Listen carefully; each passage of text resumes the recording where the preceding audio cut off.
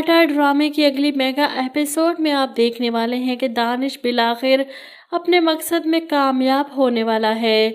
इधर रानिया जो सोकर उठी और बिस्तर पर अपनी माँ को ना देखकर परेशान हो जाती है। मम्मा कहाँ है?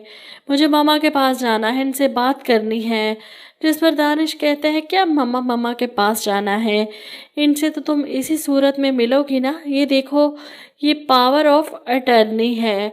यहाँ पर इन पेपर्स पर बस तुम्हारी अम्मा के ऑटोग्राफ चाहिए और अब तुम अपनी अम्मा को समझाओगे कि चुपचाप शराफत से इन पर साइन कर दें। रानिया इनकार करती है, मैं ऐसा कुछ नहीं करने वाली। और कितना गिरोगे तुम दानिश? मैं इन पर मामा के साइन नहीं करवाऊंगी। दानिश इसे कहता है तुम्हारे पास कोई दूसरी चॉइस नहीं है ना। लेकिन रानिया नहीं मानती तो वो चाकू दिखाकर इसे डराता है। तुम्हारी चॉइस की रिस्पेक्ट करते हुए मैं सोच रहा हूँ कि तुम्हारी अम्मा को ही रास्ते से हटा दूँ। वो मर जाएंगी तो सारी प्रॉपर्टी खुद ब खुद तुम्हारे नाम हो जाएगी और फिर जो तुम्हारा वो मेरा। ये सुनकर तो रानिया और भी ज्यादा घबरा जाती है, डर जाती है। तुम ऐसा कुछ नहीं करोगे। दानिश इसे कहता है तो फिर साइन करवाओ इन पेपर्स पर।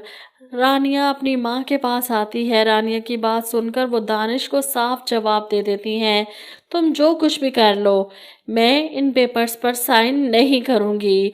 इनका इनकार सुनकर नवाब बेगम चिल्लाती हैं अपने बेटे पर, कहा था ना तुम्हें, ये साजदा बेगम बहुत टेढ़ी खीर है, इतनी आसानी से नहीं मानेगी। जवाब में दानिश कहता है अम्मा थोड़ा सब्र करो, शायद मैंने ही थोड़ी नरमी बरती हुई है इन दोनों के साथ। ऐसे में दानिश कुछ करता कि सना फौरन आकर बताती है वो नाइला आंटी और निहाल अंकल यहाँ आ रहे हैं, शायद इन दोनों से मिलने। ये सुनकर तो दानिश घबरा जाता है। नवाब बेगम के भी हाथ पांव फूल जाते हैं। अब क्या करें? वो फौरन से पहले साजदा बेगम के मुंह पर टेप लगाकर इसे कमरे में बंद करती हैं ताकि इन लोगों के सामने हकीकत ना खुल सके।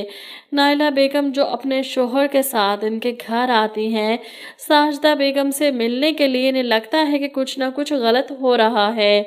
निहाल भी इनके पीछे पीछे हैं।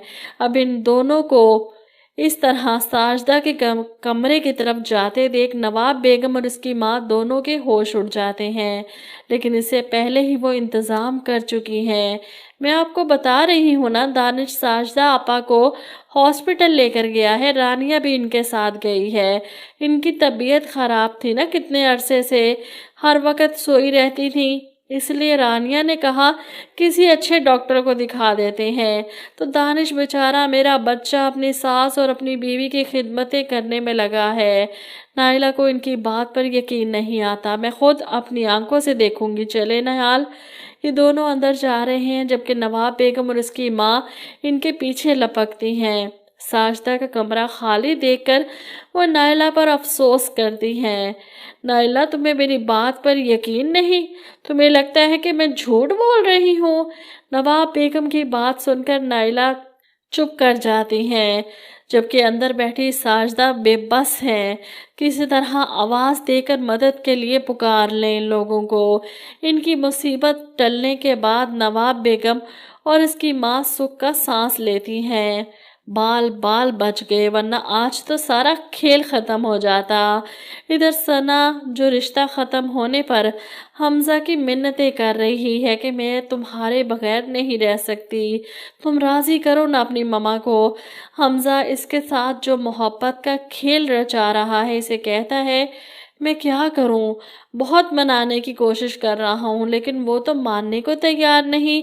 यहाँ पर सना जज्बाती हो जाती है, हमज़ा मैं तुम्हारे बगैर नहीं रह सकती, तुमसे बहुत मोहब्बत करती हूँ। जिस पर हमज़ा भी इसे कहता है जब मैं तुम्हें कह रहा हूँ कि मैं सिर्फ़ और सिर्फ तुमसे शादी करूँगा तो फिर तुम्हें क्या मसला है? जिस पर सना कहती है मुझे समझ नहीं आ रही, जब वो मान नहीं रही तो ये शादी कैसे होगी? जिस पर हमज़ा इसे कहता है एक रास्ता है मेरे सामने, हम घर से भागकर शादी करेंगे, बोलो मंजूर है? हमज़ा की बात सुनकर सना एकदम से घबरा जाती है, ये तुम क्या कह रहे हो, घर से भागकर शादी? जिस पर हमज़ा कहता है बस यही थी तुम्हारी मोहब्बत। इम्तिहान देने का वक्त आया तो सोच में पड़ गई। यहाँ सना फौरन हमजा से कहती है, मैं तैयार हूँ, कब जाना है? हमजा इसे रात के वक्त घर के बाहर फ़ोन करके बुलाएगा, मैं गाड़ी में तुम्हारा इंतज़ार कर रहा हूँ। और आखिरकार सना इसकी जाल में आ जाती है। घर से भागकर छुप छुपा कर इसकी गाड़ी में आकर बैठ जाती है। तुम्हारी खातिर भाग रही हूँ। और हमजा यही तो चाहता है, जो इल्ज़ाम इन लोगों ने रानिया पर लगाया वो इल्ज़ाम अब इनकी बेटी पर भी लगे।